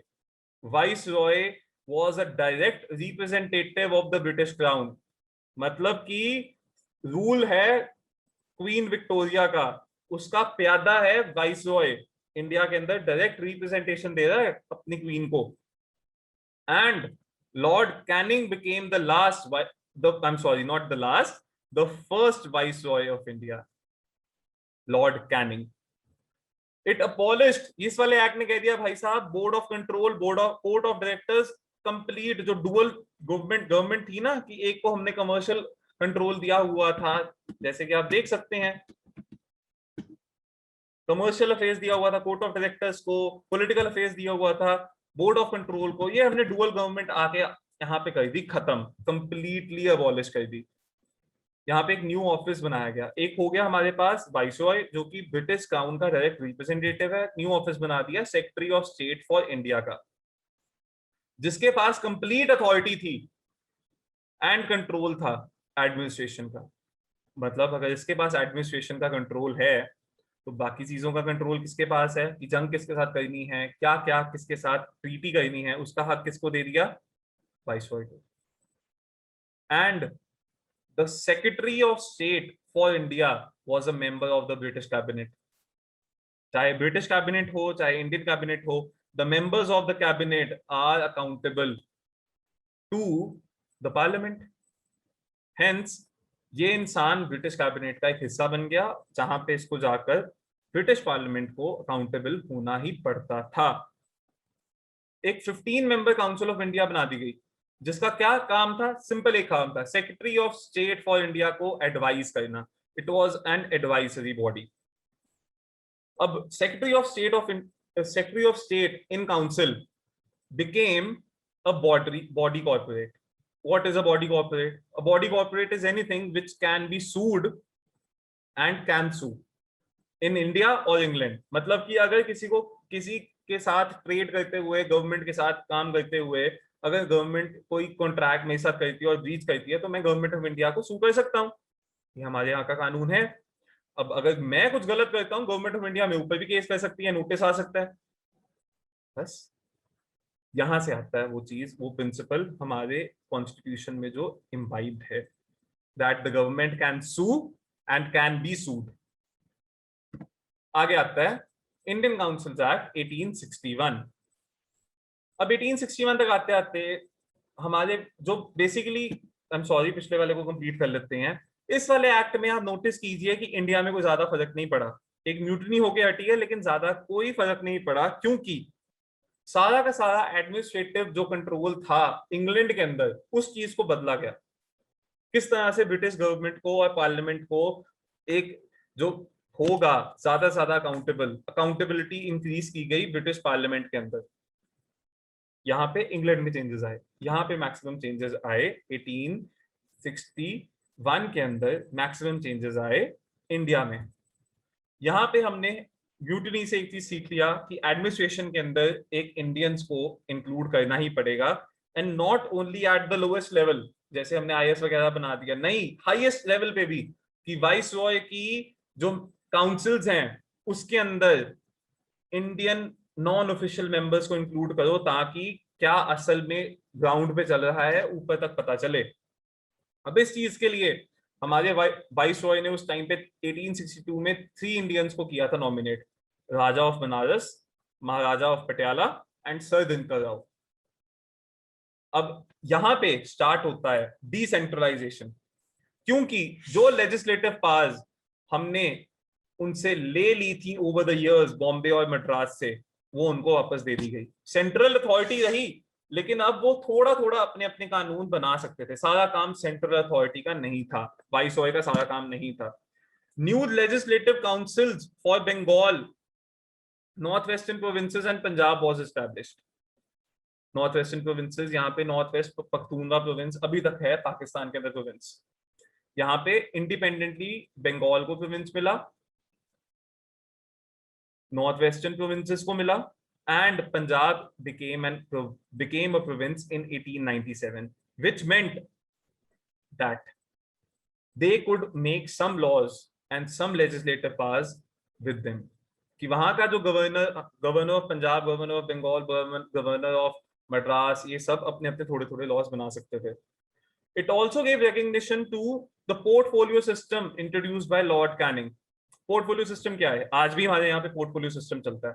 लॉर्ड कैनिंग ने पोर्टफोलियो सिस्टम बना दिया था 1859 पे, कि कैबिनेट का एक इंसान, एक आदमी, एक मिनिस्टर, उसको एक प्रोफाइल दे दी गई, जैसे कि डिफेंस के अलावा होम दे दिया गया, होम, या फिर कोई एजुकेशन दे दिया, या कुछ भी दे दिया. मिनिस्ट्री बन गई, जैसे आज की डेट में मिनिस्ट्री है. उस मिनिस्टर के पास एक पर्टिकुलर पोर्टफोलियो है कि जो उस पोर्टफोलियो के अंदर काम है वो उस मिनिस्टर ने करने हैं. Now that minister will represent the whole cabinet while doing those things. उसको एक एक काम के लिए वाइसरॉय के पास नहीं जाना पड़ेगा. जैसे आज की तारीख में एक एक काम के लिए एक एक मिनिस्टर को प्राइम मिनिस्टर के पास नहीं जाना पड़ता. प्राइम मिनिस्टर ने एक एबल्ड इंसान को, एक एबल्ड एमपी को मिनिस्टर बनाया है. वो है पोर्टफोलियो सिस्टम, जहां पे उनके पास उनके सेट ऑफ पावर्स हैं, कि एक डिपार्टमेंट्स हैं, डिफरेंट चीजें हैं. That is the portfolio system. Now this act gave recognition to it, and even today we derive our portfolio system and everything from this act. We took inspiration from this act. Now this act is also important. देखिए India के administration की बात हो रही है, तो this act is also important क्योंकि इसी एक्ट ने हमें वाइसरॉय को ताकत दी ऑर्डिनेंस इशू करने की, जो इस टाइम पे प्रेसिडेंट ऑफ इंडिया के पास ताकत है ऑर्डिनेंस को इशू करने की. ये सेम है. यहीं से आती है हमारी पावर इन द कॉन्स्टिट्यूशन, कि जब legislative council of India was not in power during any emergency, कोई इमरजेंसी की बात आ जाए, कुछ आ जाए, तो वाइसरॉय एक ऑर्डिनेंस को इशू कर सकता है. लेकिन इस ऑर्डिनेंस की जो ताकत है वो सिर्फ और सिर्फ 6 महीनों की है. Only 6 months. Even now the ordinances that are passed by the President of India has the validity of 6 months and it has to be given the assent of the parliament. Otherwise, that ordinance ceases to be the law. That means कि वो ordinance कानून नहीं रहता. 6 महीनों का बस वक्त दिया है और ताकत कहां से ली? हमारे कॉन्स्टिट्यूशन ने और सारे सिस्टम ने, इस एक्ट से. नेक्स्ट आता है इंडियन काउंसिल्स एक्ट 1892. अब जैसे जैसे डिसेंट्रलाइजेशन बढ़ रहा है, हमें अंग्रेजों को और ज्यादा महसूस होने लग गया. जैसे कि 1892 तक आते आते कुछ कुछ एसोसिएशंस बन गई. कांग्रेस पार्टी भी अब तक आ चुकी थी, जहां पे नॉन ऑफिशियल मेंबर्स को इंक्रीज करना पड़ गया central and provincial legislative councils के अंदर. नॉन ऑफिशियल मेंबर्स कैसे? कि जो लोग अब को सवाल पूछ रहे थे वो ज्यादा हक चाहते थे. हक देने के लिए, हक वाली बात पे आने के लिए, उन लोगों ने उनकी आवाज सुनने के लिए ब्रिटिश ने central and provincial legislative councils के अंदर नॉन ऑफिशियल मेंबर्स को देना स्टार्ट कर दिया सीट्स. अब नॉन ऑफिशियल मेंबर्स कौन होंगे? Mostly Indians. It also increase the functions of the legislative council. इससे पहले जो नॉन ऑफिशियल मेंबर्स थे ना, उनके पास ताकत नहीं थी बजट को डिस्कस करने की, ना ही उनके पास ताकत थी कोई क्वेश्चन को पूछने की कि वाइसरॉय जी आपने ये क्यों किया, आपने क्या किया, चलो ये बता दीजिए, इतना खर्चा क्यों किया, कैसे किया. इस एक्ट ने, 1892 के काउंसिल्स एक्ट ने ताकत दी बजट को डिस्कस करने की और क्वेश्चंस पूछने की एग्जीक्यूटिव को. Then what this act did was it provided the nomination of some non-official members of Central Legislative Council by Viceroy on the recommendation of Provincial Legislative Councils and Bengal Chamber of Commerce. ये एक बहुत important step है. आप याद रखिए कि एक तरह से ये इलेक्शन करवा रही हैं, लेकिन इलेक्शन वर्ड यूज किए बिना. कि जो central assembly, central legislative council के अंदर चूज होके जाएगा, वो कहां से चूज होके जाएगा? प्रोविंशियल लेजिस्लेटिव काउंसिल में से स्टेट्स, जैसे आज की तारीख में स्टेट्स चूज करेंगी कि सेंट्रल लेजिस्लेटिव काउंसिल में कुछ नॉन ऑफिशियल मेंबर्स कौन होंगे. Bengal chamber of commerce decide करेगा. तो इलेक्शन का सिस्टम है, बट इलेक्शन वर्ड यूज नहीं किया गया. इसी तरह का थोड़ा सा इलेक्शन का system without using the word शुरू किया गया प्रोविंशियल लेजिस्लेटिव काउंसिल के अंदर. कि प्रोविंशियल लेजिस्लेटिव काउंसिल के अंदर वाइसरॉय कुछ नॉन ऑफिशियल मेंबर्स को नॉमिनेट करेगा, जैसे वो सेंट्रल लेजिस्लेटिव काउंसिल में करेगा. कहां से नॉमिनेशंस उठाएगा? Provincial legislative council and Bengal chamber of commerce से. इसी तरह से प्रोविंसेस के लिए कहां से आएंगी recommendations? District boards, municipalities, universities, trade associations, zamindars and chambers. आप नोटिस कीजिए मैंने आपको क्या कहा था. 1858 के अंदर तो सिर्फ और सिर्फ इंग्लैंड में, ब्रिटेन में क्या क्या चेंजेस आने थे, ब्रिटेन के स्ट्रक्चर में इंडिया के को कंट्रोल करने के लिए चेंजेस आए, लेकिन डिसेंट्रलाइजेशन का सिस्टम स्टार्ट हो चुका था इस वाले एक्ट से, 1861 वाले एक्ट से. अब डिसेंट्रलाइजेशन का नेक्स्ट पार्ट था कि फर्दरली उन लोगों ने डिसेंट्रलाइज किया कि म्युनिसिपैलिटीज से नॉमिनेशंस आएंगी जिसके अंदर प्रोविंशियल लेजिस्लेटिव काउंसिल्स के अंदर वाइसरॉय नॉमिनेट करेगा और वहां पे नॉन ऑफिशियल मेंबर बन के रहेगा. वही उसी असेंबली में से, प्रोविंशियल असेंबली में से नॉमिनेशंस जाएंगी सेंट्रल लेजिस्लेटिव काउंसिल के अंदर. और वहां पे मौका क्या है? बजट को डिस्कस करने का, क्वेश्चंस पूछने का. किससे? एग्जीक्यूटिव. एग्जीक्यूटिव कौन है? वाइसरॉय और उसकी executive council, not legislative, executive council. अब आता है मॉर्ले मिंटो रिफॉर्म्स 1909. अब तक इंडिया में आते आते थोड़ा सा फॉर्मलाइजेशन होना स्टार्ट हो चुका था. कांग्रेस काफी ज्यादा एक्टिव हो चुकी थी प्रॉपरली, चाहे स्प्लिट की तरफ भी बढ़ चुकी थी, हो भी गया था. लेकिन इस एक्ट ने क्या किया? It increased the size of the central and provincial legislative council. जो सेंट्रल काउंसिल थी ना, जिसके अंदर 16 मेंबर्स थे, सीधा जंप बजी 60 पे, 60. प्रोविंशियल काउंसिल में भी जंप बजी बहुत सब्सटैंशियल, लेकिन अलग अलग साइज के प्रोविंसेस को अलग अलग तरह से इंक्रीज किया गया.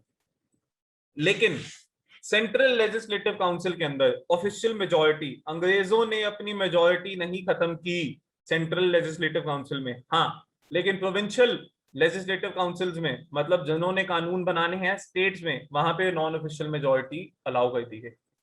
देखिए, this is another step towards decentralisation.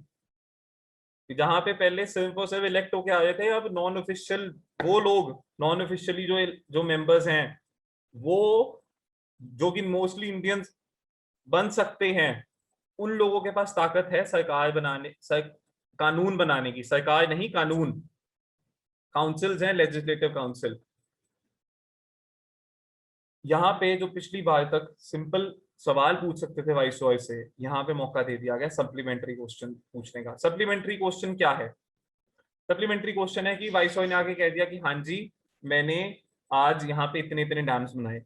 किसी को भी ये हक नहीं था पूछने का कि हाँ जी, डैम की कितनी पैसे लगे, क्या कैसे लगा, उस चीज को पूछने का किसी को हक नहीं था अंटिल द लास्ट लॉ।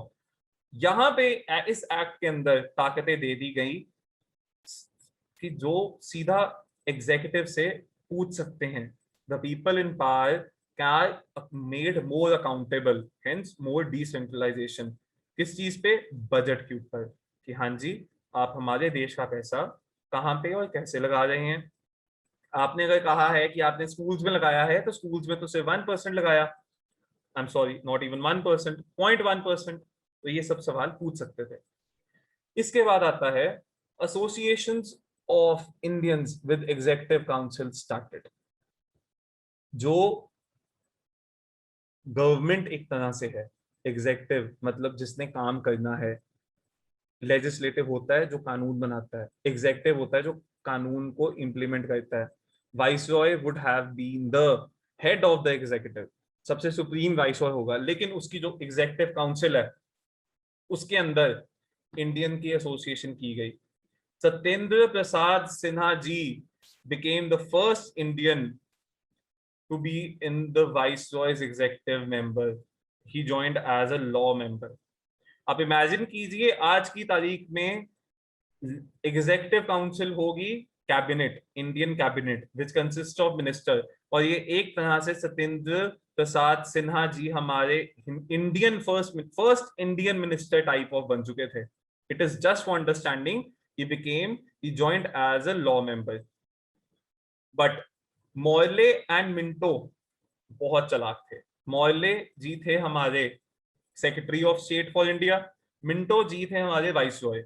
दोनों ने देखा कि यार इतनी ताकतें तो दे दी हैं, लेकिन अब अगर इनको इतनी ताकतें देते रहे तो ये हमको निकाल देंगे, कहेंगे कि हाँ, हमको सरकार चलाना आ गया। आज अगर प्रोविंसेस में दे दिया हक सरकार बनाने, मतलब कानून बनाने का, और तो और इंडियंस की एंट्री कर दी गवर्नमेंट के अंदर जो कि एग्जीक्यूटिव काउंसिल है, तो फिर इस चीज को थोड़ा सा ट्विस्ट किया जाए।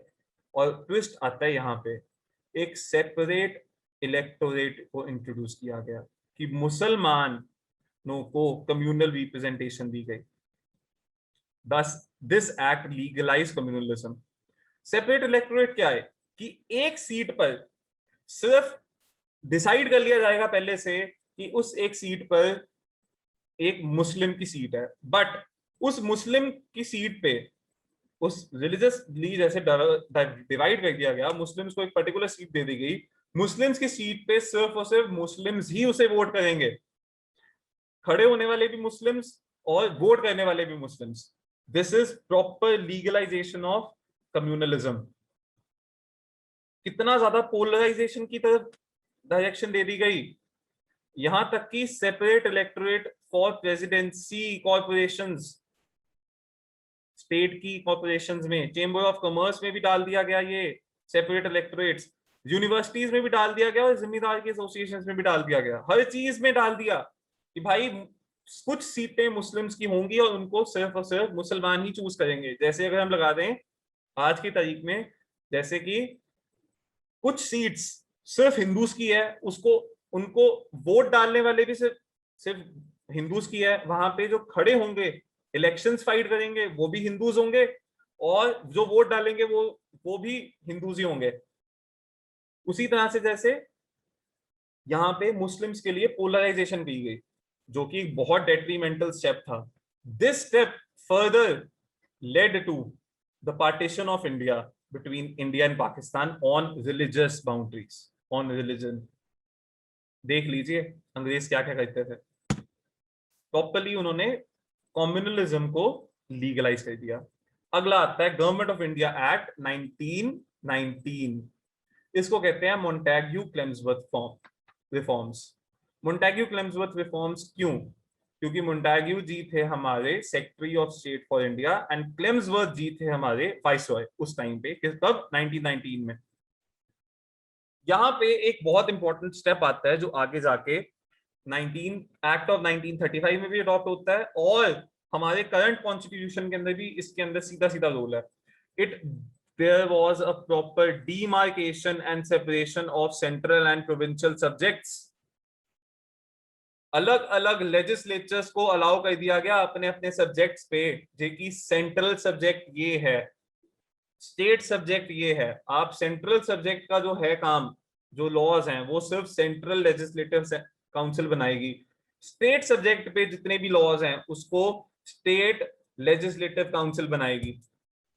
ये सीधा सीधा कर दिया गया. आज के टाइम पे भी ऐसा ही है कि कुछ सब्जेक्ट्स हैं जो सेंटर के पास है, कुछ सब्जेक्ट्स हैं जो स्टेट्स के पास है, उन पे लॉज बनते हैं. और साथ में एक थर्ड भी बना दिया गया था, वो अभी इसके अंदर नहीं आया, वो 35 वाले लॉ में आएगा. अभी हम जैसे जैसे आगे बढ़ेंगे उस चीज को देखेंगे कि सेंट्रल के लॉज जो सब्जेक्ट्स हैं उस पे सेंट्रल बनाएगी लॉज, जो प्रोविंसेस के सब्जेक्ट्स है उस पे प्रोविंसेस. लेकिन यूनिटरी टेंडेंसी कंटिन्यू हुई जो आज हमारे देश में भी है. हमारे देश में central government is like the big brother of states. Correct? Yes. Let's continue. अगले आते हैं, इन लोगों ने एक्सपेरिमेंट्स बहुत किए, बहुत ज्यादा एक्सपेरिमेंट्स किए ब्रिटिश ने. यहाँ पे उन्होंने स्टार्ट कर दिया डायरकी प्रोविंसेस में. स्टेट जैसे होगी डायरकी, क्या होता है? डुअल गवर्नमेंट की, दो तरह से सरकार चलेगी. जो सब्जेक्ट्स प्रोविंसेस को मिले उसको भी उन्होंने डिवाइड कर दिया ट्रांसफर सब्जेक्ट और रिजर्व सब्जेक्ट्स में. क्यों? क्योंकि प्रोविंशियल लेजिस्लेचर के अंदर नॉन ऑफिशियल मेजोरिटी ज्यादा थी. याद आया? अब जो प्रोविंसेस को ताकत भी दी, ट्रांसफर सब्जेक्ट के अंदर गवर्नर और जो मिनिस्टर्स थे उसके, गवर्नर के, वो लेजिस्लेटिव काउंसिल में आकर आंसरेबल थे. लेकिन जो रिजर्व्ड सब्जेक्ट्स थे उसके अंदर गवर्नर और मिनिस्टर्स लेजिस्लेटिव काउंसिल को रिस्पॉन्सिबल नहीं थे. लेजिस्लेटिव काउंसिल्स के अंदर इंडियंस काफी ज्यादा आ चुके थे, नॉन ऑफिशियल मेजोरिटी बन चुकी थी. इसीलिए ताकि ताकतें दे भी दें पर थोड़ी पकड़ भी लें, ज्यादा ना बाहर निकल जाए. उनके दिमाग में था कि ये तो एक एक करके बढ़ी जा रही है, नई नई चीजें मांगी जा रही हैं. उनको क्या पता था कि अभी तो गांधी जी सिर्फ पिक्चर में आए हैं, अभी तो वो आगे सीधा क्या मांगेंगे पता लग जाएगा. अभी तो भगत सिंह जी भी छोटे होंगे. चलिए, अब इस वाले एक्ट के अंदर डायरेक्ट इलेक्शंस इंट्रोड्यूस किए गए. याद रखिए, इस वाले एक्ट के अंदर उन्होंने इलेक्शंस की कोई प्रॉपर वर्ड यूज नहीं किया. और सेम तरीका 1909 में भी चलने लग गया. लेकिन 1919 में उन्होंने आके सीधा कह दिया कि हाँ जी, इंडिया में इलेक्शंस करो. जितने मेजोरिटी ऑफ मेंबर्स थे वो इलेक्शंस के थ्रू इलेक्ट हुए. कहां पे? लेजिस्लेटिव काउंसिल्स के लिए. बाइकैमरलिज्म हो गया सेंटर में. बाइकैमरलिज्म जैसे हमारे यहाँ पे भी है. एक हो गया upper house council of states, एक हो गया लोअर हाउस लेजिस्लेटिव असेंबली.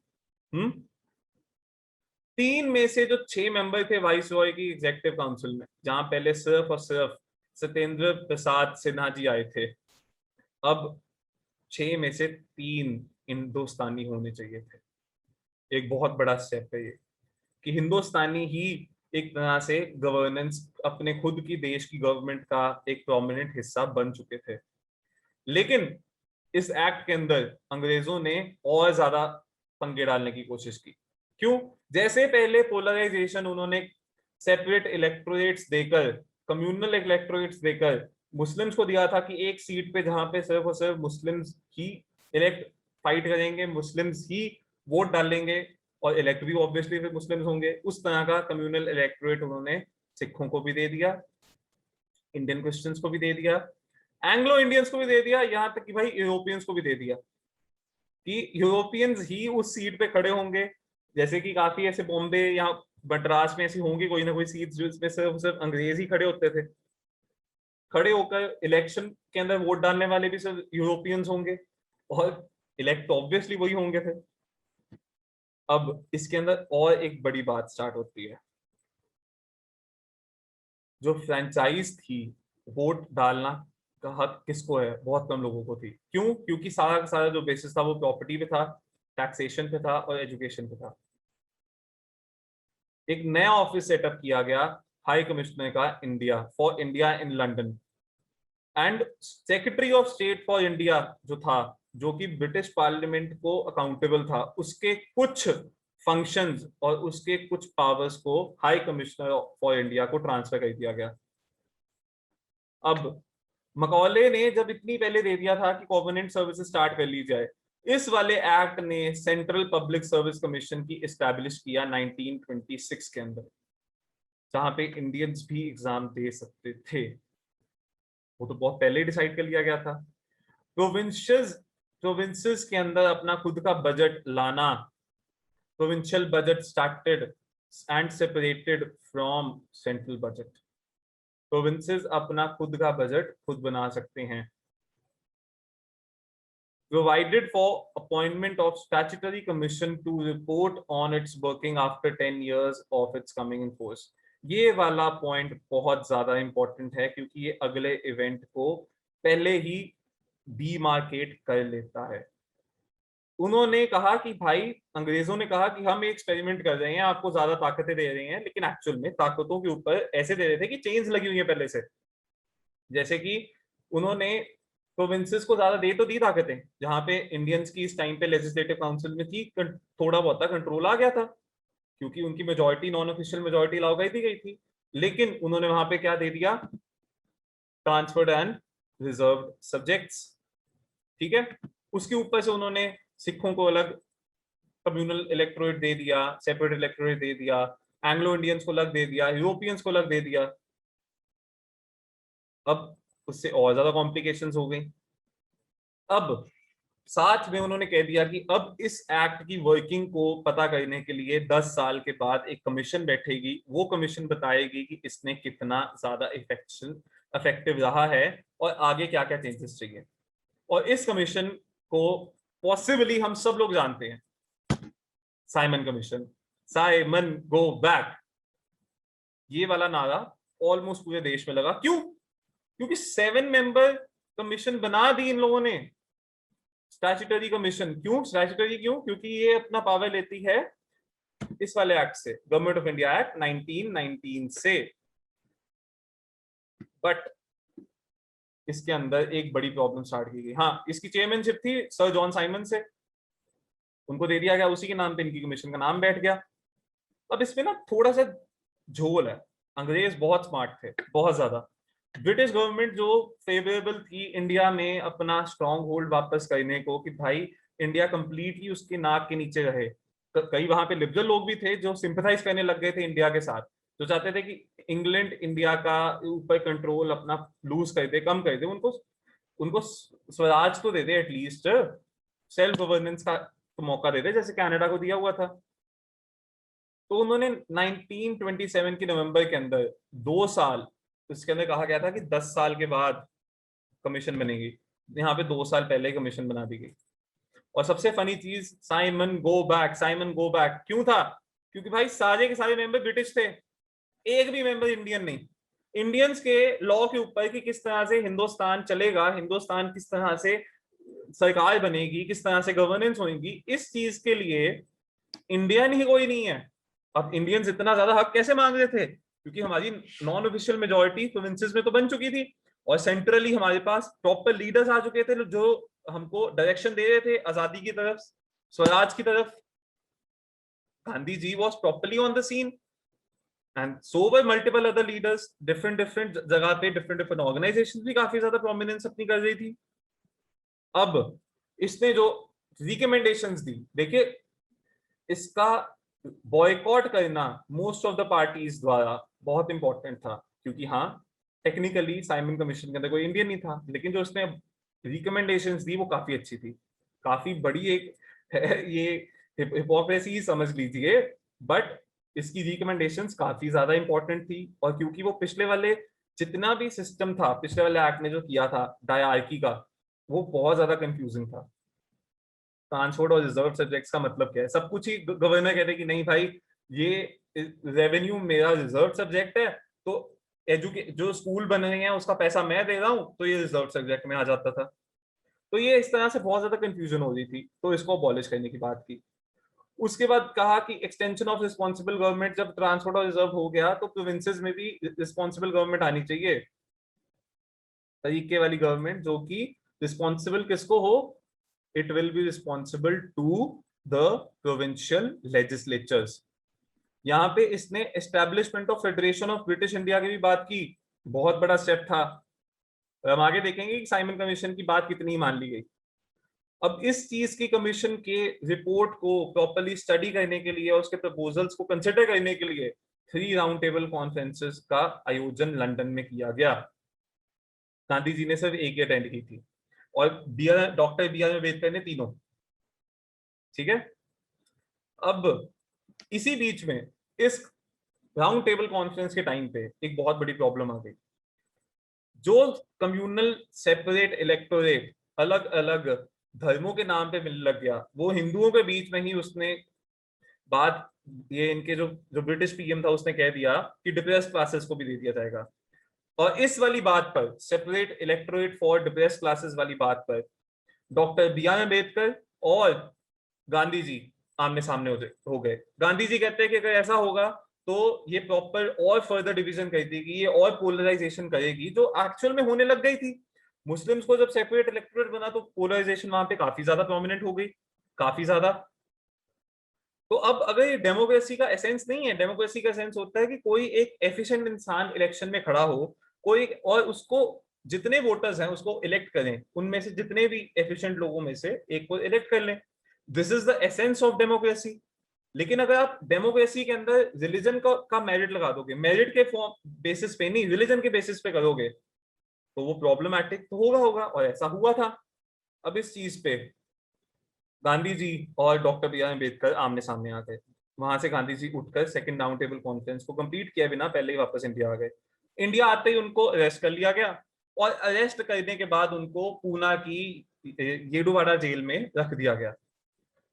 लेकिन क्लैश चलता रहा। Gandhi ji started a fast unto death, आम मरण अनशन पे बैठ गए कि ये अगर ये कम्युनल अवार्ड आया तो मैं मरना पसंद करूंगा।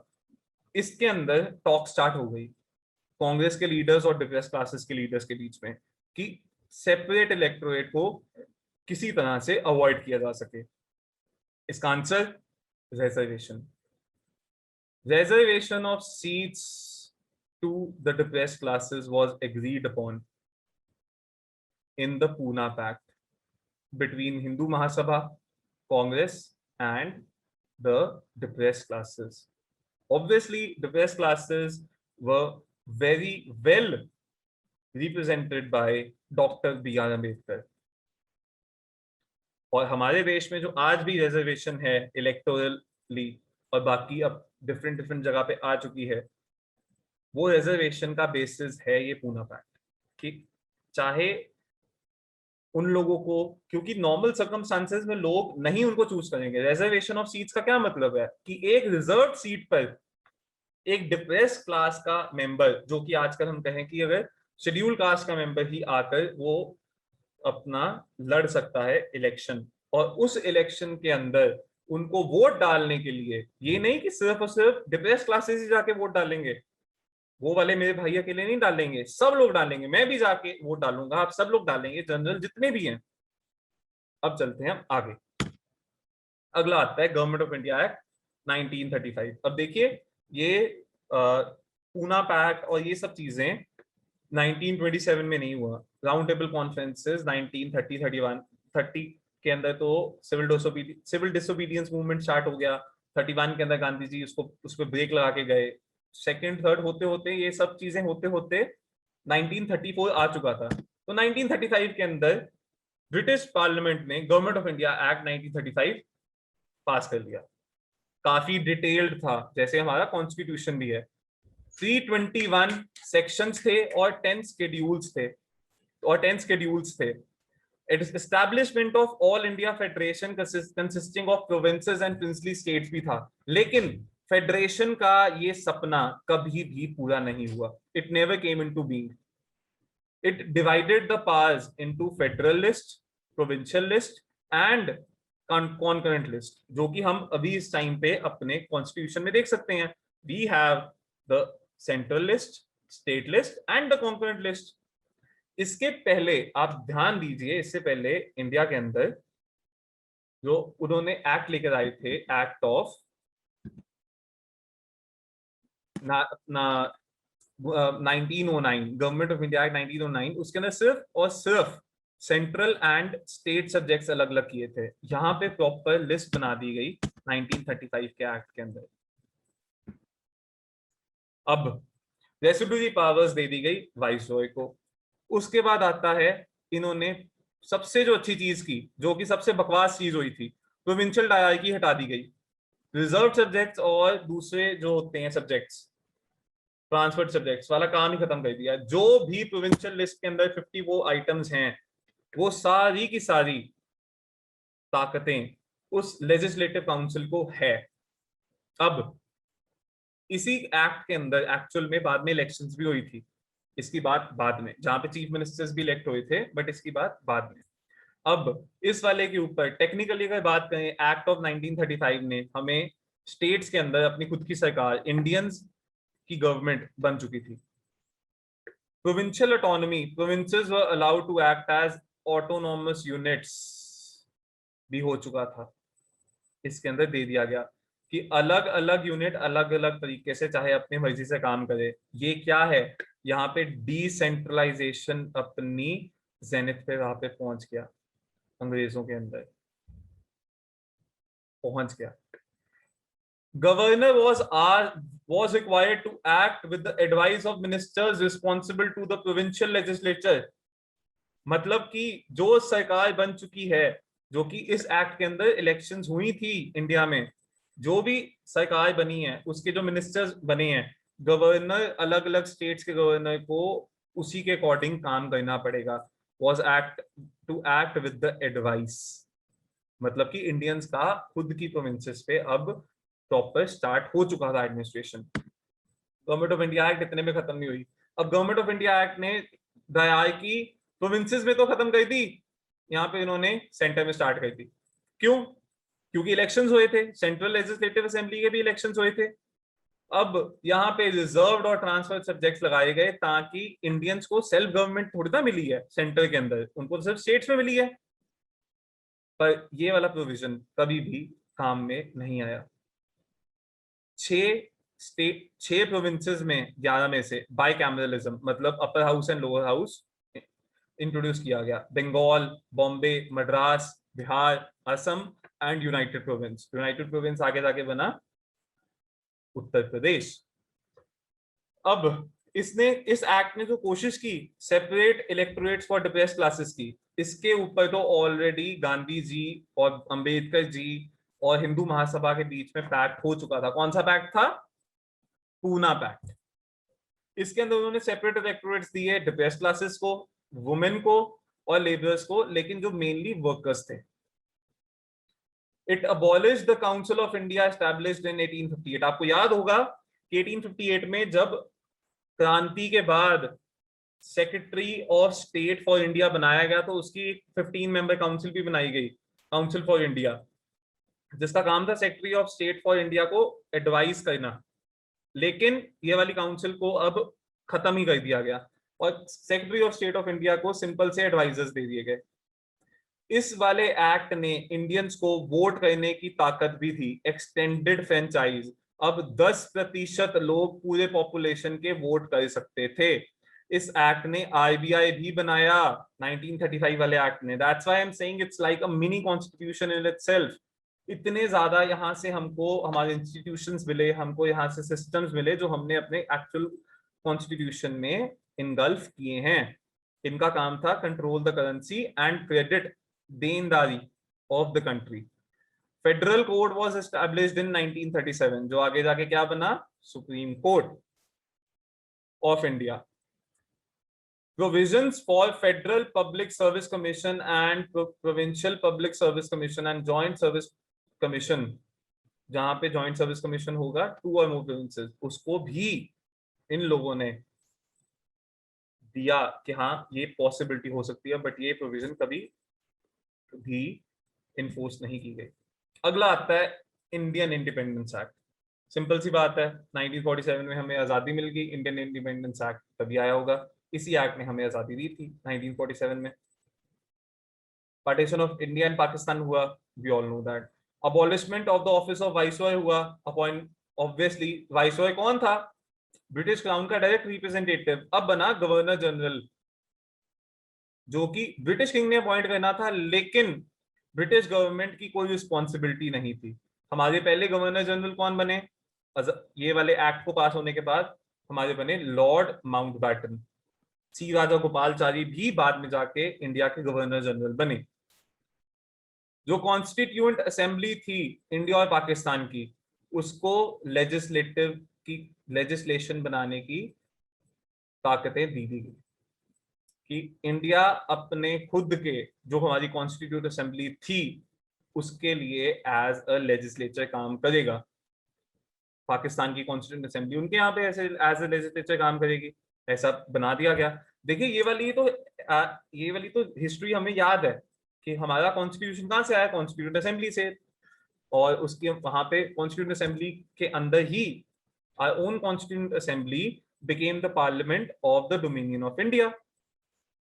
जब हमारे कॉन्स्टिट्यूंट असेंबली बैठती थी तो कॉन्स्टिट्यूंट असेंबली को चेयर करते थे डॉक्टर राजेंद्र प्रसाद. और जब एज पार्लियामेंट बैठती थी तब हमारे कॉन्स्टिट्यूंट असेंबली को, जब वो एज अ पार्लियामेंट एक्ट करती थी, लेजिस्लेचर्स बनाती थी, उस टाइम पे उसको चेयर करते थे जीवी मावलांकर साहब. ठीक है. अब obviously secretary of state for India को तो अबॉलिश होना ही था, जब उसका कोई काम ही नहीं रहा. अब उसके जो थोड़े बहुत फंक्शंस बचे थे आजादी के बाद, उसने एडमिनिस्ट्रेशन तो इंडिया की देखती नहीं है, उसको दे दिया गया सेक्रेटरी फॉर कॉमनवेल्थ अफेयर्स. ये एक हल्का सा ही ट्रांसफर था, कोई मेजर पावर तो उसके पास थी नहीं. ब्रिटिश पैरामाउंटेसी, मतलब कि जो अंग्रेजों की हुकूमत थी इंडियन प्रिंसली स्टेट्स के अंदर और ट्राइबल एरियाज के साथ जो उनकी ट्रीटीज थी, वो खत्म हो गई इस एक्ट के कारगर आते ही. वो खत्म, मतलब कि प्रिंसली स्टेट्स, जो हम सब जानते हैं कि प्रिंसली स्टेट्स को मिला मौका, या तो वो इंडिया के साथ चले जाए या पाकिस्तान के साथ, या अपनी इंडिपेंडेंट कंट्री बना ले. और यहाँ पे आते हैं हमारे iron man of India Sardar Vallabh भाई पटेल जी. Governor General of India and provincial governors were made to act on the advice of respective council of ministers in all matters, जो कि आज भी होता है. जो गवर्नर जनरल ऑफ इंडिया बना, जो बाद पहले हमारे लॉर्ड माउंटबैटन साहब बने, बाद में सी राजा गोपालाचारी साहब बने, उसके बाद जब तक वो थे और जो प्रोविंशियली गवर्नर्स लगाए हुए थे, उन सबको मिनिस्टर्स की एडवाइस पे चलना था, जो आज भी होता है. Governor of a state acts on the advice, जो भी वो लेजिस्लेशन बनाता है, acts on the advice of the council of ministers of that state. Same goes for the president of India. President of India acts on the advice of the council of ministers of the central government. अब यहाँ पे खत्म होता है. आपको थोड़ा थोड़ा idea लग गया होगा कि कौन कौन सा हमारा सेक्शन या कोई भी एक प्रिंसिपल हमारे हिस्टोरिकली सिग्निफिकेंट लेजिस्लेशन में से, जो कि ब्रिटिश पार्लियामेंट ने पास किया था, उसमें से ताकतें मिली, उस चीज को इंस्पिरेशन मिली, या वहां से हमने प्रिंसिपल उठाया, या वहां से सारा का सिस्टम भी उठा लिया. ये चीज हुई हमारे कॉन्स्टिट्यूशन के मेकिंग के अंदर. आज की क्लास में इतना ही. मैंने काफी हद तक, कोई भी अगर आपको कोई भी क्वेश्चन होए, please please comment and I will answer to each and every question. क्योंकि कोई अगर डाउट हुआ किसी भी तरह का, उस डाउट को हमको दूर करना जरूरी है. कोई बड़े बड़े पर्चे लिखवाने जरूरी नहीं है, जो मतलब 50-50 पेज के कोई भी इंस्टीट्यूशन लिखवा देता है. बेसिक अंडरस्टैंडिंग, जैसे कि आज के लेक्चर के अंदर, कि पहले सोसाइटी किस तरह से बनी, सोसाइटी किस तरह से फॉर्मुलेशन में आई, और उसके बाद एडमिनिस्ट्रेशन किस तरह से डेवलप हुआ, इवॉल्व हुआ, कैसे हम कॉन्स्टिट्यूशनल स्टेट तक आए, और कॉन्स्टिट्यूशनल स्टेट में आने के बाद वो क्यों सबसे मेच्योर फॉर्म है? क्योंकि वहां पर लॉ इज सुप्रीम। फिर इंडिया में हिस्टोरिकल बैकग्राउंड कहां कहां से आया? रेगुलेशन एक्ट ऑफ 1773 से लेकर इंडियन इंडिपेंडेंस एक्ट ऑफ 1947 तक जितने प्रोमिनेंट एक्ट्स आए, हमने वहां से कोई ना कोई प्रिंसिपल हमारे एक्चुअल कॉन्स्टिट्यूशन में आया। और बस यही है, जहां पे गलती पिछले एक्ट में दिखी, अगले एक्ट में ठीक कर दी, ऐसे ही चला। बट फिर ब्रिटिश ने थोड़ी कॉम्प्लिकेशंस भी डाली, और वो मैंने आपके साथ डिस्कस कर ली है।